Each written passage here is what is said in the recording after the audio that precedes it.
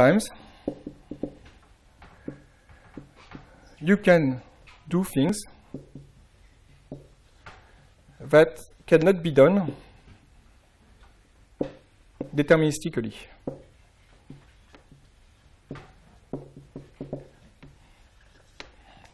So,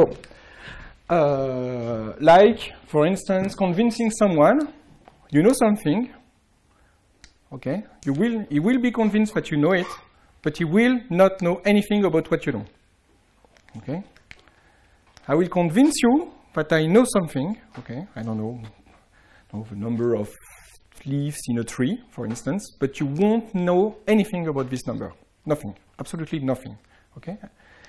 And how can you do that? It's thanks to randomness. If you have access to a random string, then you can solve this kind of problems, okay? Bon. So, let's see, why do I mean by all these qualities, okay? What do I mean by all these qualities? And we will see that through some examples. So,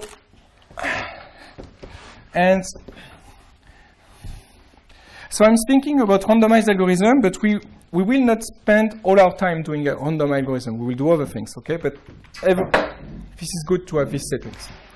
So for today, we will see some randomized algorithm, and we will see various things. So we will have 3 examples. In example 1, we will have a simpler and faster algorithm for min cut. Example 2, we will have an algorithm that uses exponentially less space than any deterministic one for counting. And the third example will be basically a faster algorithm for computing 3 values. Okay, so what do I mean by faster? Alors, faster, here it will not be so much faster, but faster enough. But given the complexity of a deterministic algorithm that has almost the same complexity, it's really much faster because you won't have to debug it. So here, faster is any deterministic algorithm for this problem will need to take a time theta of n in the worst case. Here, the randomized one will have a complexity theta of 0.7 and something. Okay, so you have a huge gap here. It's a lot faster. And also, it's much simpler to write.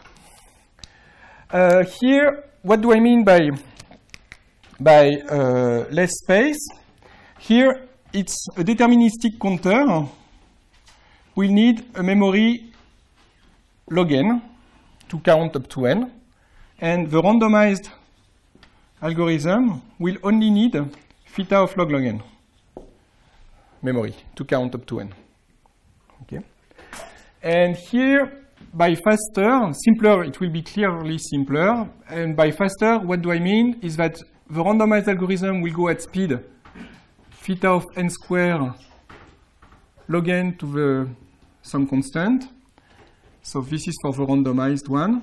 Whereas the deterministic one goes at speed theta of nm log of n squared over m.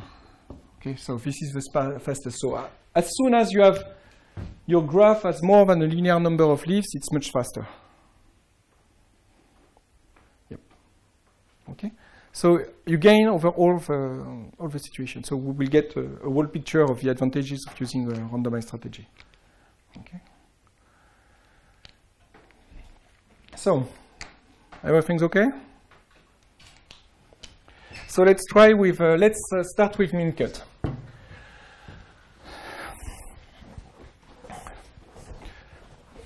Does somebody know about min cut? About how do you solve it? What is it? And do you know what this problem is? No? Anyone? Yes? Some? Everybody? Who don't know this problem? Nobody? Okay, good. So we have a graph. Okay, so min cut. The problem is the following. You have a graph G. So it's unweighted. There is no weight. Okay, so unweighted.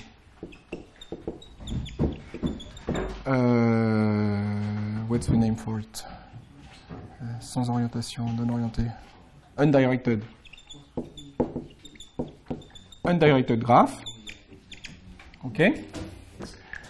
And what you want output a cut S bar with S subset of vertices such that of minimum size. Of minimum size. Okay, so let's try to define all the terms. What is a cut? A cut, SS bar with S included 1, is a non-trivial, that is to say S is not the empty set nor V, the whole set, a non-trivial partition of vertices in two subsets, into subsets, okay?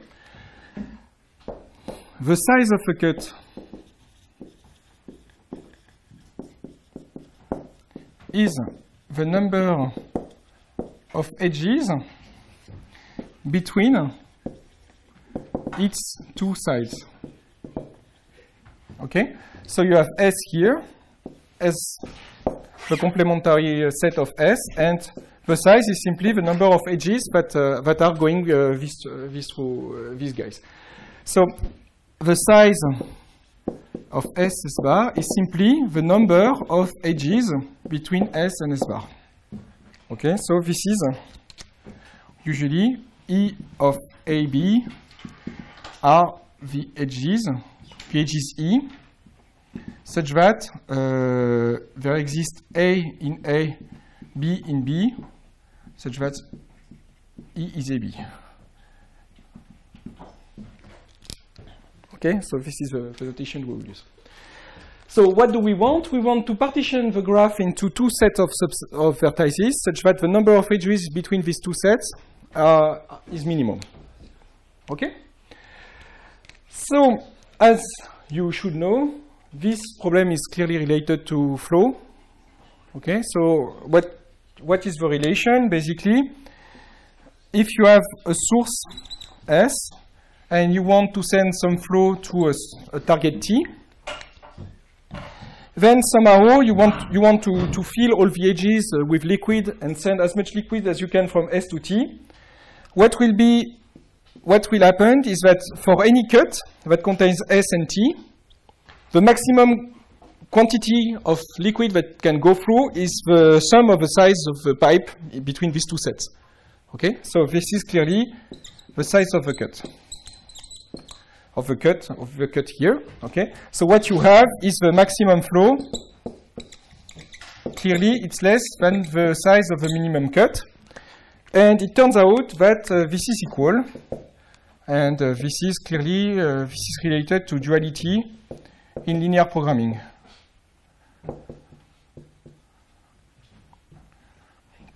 If you've heard about it, how many of you knows about linear programming? Yeah. Okay, good. Okay, so it's related to duality because these two problems are dual from each other.